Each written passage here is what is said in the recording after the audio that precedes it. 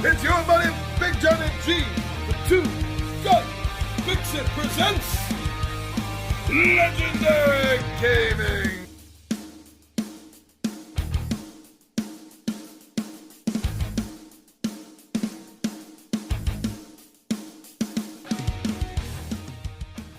Hey, welcome back to this Monday, or the Monday you're watching this, or the day that you're watching this. I'm not exactly sure when you are watching this, but thank you, regardless of the day and the time. Thank you so much for spending that time checking out to see what I have to say. So today's Midday Monday Monologue, I want to talk about, again, but in a different vein, I want to talk about a game that's come up a few times in the past here, and I don't want to drive it into the ground. But it's such an amazing game. I want to talk about this more. And I want to find ways or have ways to be different instead of just regurgitating the same thing all the time, because that's pointless. So, what I want to talk about, if you didn't see the thumbnail, by the way, is the old TSR game, Knights of Camelot. I had so much fun with this game.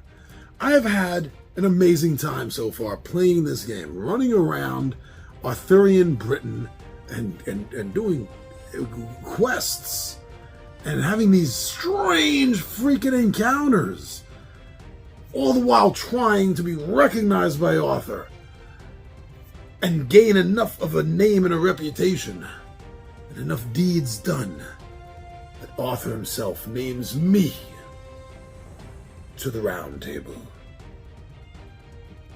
Yeah, unfortunately enough, as most of you know, I don't usually win a lot of games. So I have yet to become a knight in King Arthur's court.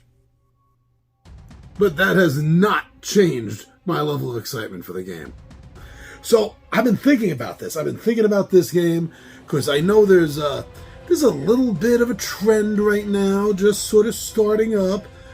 Mainly with restoration games at the helm of this, but they're not alone, and there's a little bit of a trend to try to update some great classic games, especially games that are hard to find nowadays. This is my vote, all right? This is my vote right here. TSR's old Knights of Camelot. Now, one of the things, as I mentioned about this game in the previous video, is that I love the use of these random encounter charts and, well, everything kind of charts. And there's charts and charts and charts in the book, plus most of the important charts right here are on this. I want to keep that. I really love that, and I feel like that the charts are sort of a heart and soul of this game. So I want to keep the charts. But what I would like to see done in an upgrade is, instead of this paper with all the charts on it, if each chart had its own card.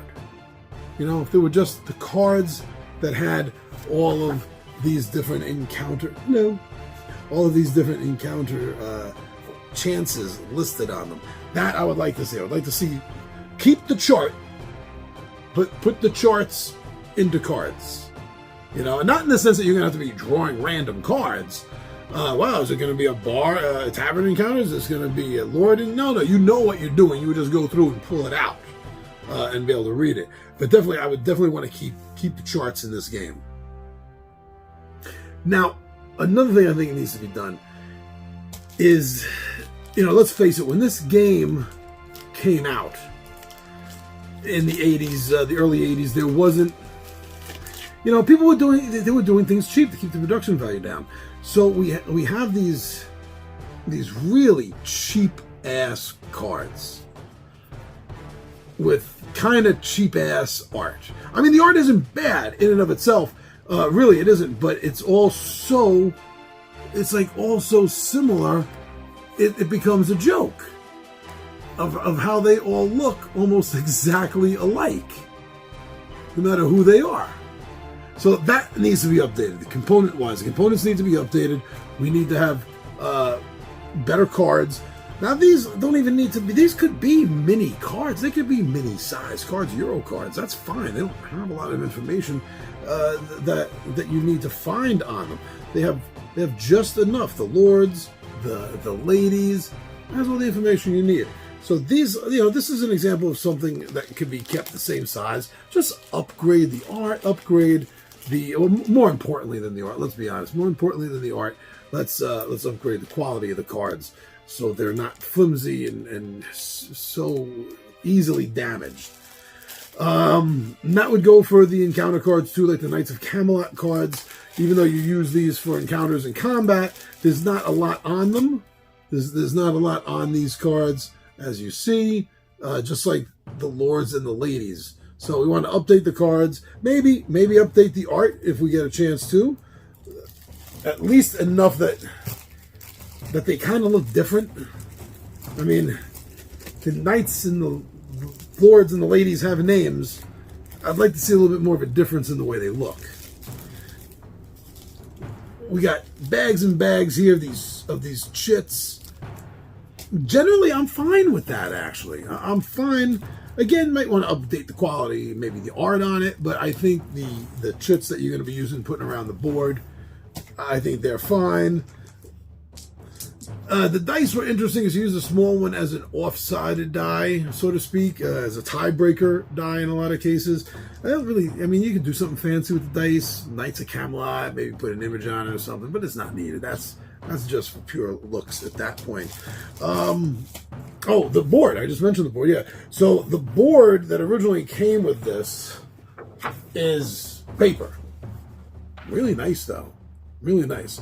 I mean, even this artwork, if they ported this art directly over to a new one, I wouldn't be upset with it. I think the only thing that would make it better is if you made the art, if you wanted to change it, make it more like, the art of Britain that was done in the medieval ages. Make it look like that. Keeping all this information on the side, brilliant. Absolutely freaking brilliant. So make the map maybe look a little bit more like a medieval map of Great Britain. But I don't like this paper thing. No, don't like it. So, I mean, of course you could do a regular standard board. That's be fine. But I'm going to mention something that I don't usually like. But I was thinking for this it would work, especially if the art on the map is almost, let's say, time period correct, or made to look that way. Then even more so, I say, make the board, I hate that I'm saying this, make it a cloth board. Thematically, that would feel great. I mean, if you wanted to make money, you probably want a neoprene board, but aesthetically speaking, and it'd be good for everyone else, the buyers, because I'm sure it would probably bring the price down. I'm not sure how that works. I could be completely wrong on that. But, like I said, I'm not a fan of cloth boards at all, but I think for this game, it would really work. It'd be thematically perfect. Definitely would. Oh, yeah, and also, going back to the cards for a moment, we're going to want to double it. We're going to want to double, I think, the amount of cards that you're going to have, as well as beefing up, speaking of doubling, beefing up the encounters a little bit to give them a little bit more replayability. So we don't want to add more of the same in this new deluxe edition I'm planning in my head, which I don't even have the legal right to. Well, I can think of anything I want, but I mean the legal right to actually go ahead and do anything with this. Now, although I've played this game solo, and it's fine to play solo, it really is. It's not made for a solo play, so maybe a few tweaks would be in order to make it a little smoother and make it feel like you're not playing it right, so to speak. That you're playing solo. Even though it's okay and it's good and I have no problem with it, you can feel it. You can feel definitely that there's something just a little bit off. So a couple of little rule tweaks, I'm sure, would get in there and fix that up. But besides solo, I think there should be some sort of campaign mode. Maybe, now, considering the fact that this is done by TSR, and everything. When you look at this rulebook, do you know TSR? Do you know the old D&D stuff? If you know the old D&D stuff, look at this and tell me you do not think you're looking at the Tom Mulvey Basic Edition set. Because it is. It's everything is the same font, same typesetting, everything. The way the way the rules are set up in the book, the index. I mean, it's all looks completely like that. So how about we go a step further and figure out how to do an actual campaign besides the random one-off adventure that the game typically would be played as. But here's the other thing. If you introduce a campaign mode, then I think that opens the door for expansions down the road. I mean, just think about it. You can have the expansions based on Arthurian legends. You could have an entire expansion campaign based on the Holy Grail. Or maybe even Sir Gawain and the Green Knight. And that alone brings this game somewhere that the original never really planned, never figured out. The only thing that I know of that the original game did extra on the side, and honestly, then you know what, they should do that also for an update of this. Is that, and I forgot the number, but one of the dragon issues shortly after this came out had rules to play a knave. You could play a black knight, a blackguard. You can play the bad guys, basically. So, maybe look into that and incorporate that as a normal part of the game as well. Yeah, so the game, you would use a chit to represent where you are on the board. So for the update, of course, miniatures. But the good news is, the game's not going to need a lot of miniatures. I'm totally cool with leaving chits and tokens to represent encounters and NPC knights. But for the players, if it's going to be a 1 to 5 player game, then there should be at least 5 different looking knight miniatures in the game, 1 for each player. So, Knights of Camelot, the old TSR game. If there was an update to it, what do you think of my ideas?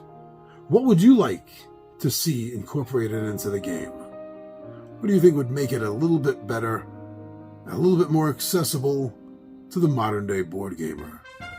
Leave a comment and let us know. I'm your buddy Big Johnny G for Two Gun Pixie presents Legendary Gaming, and my friends, I am out of here.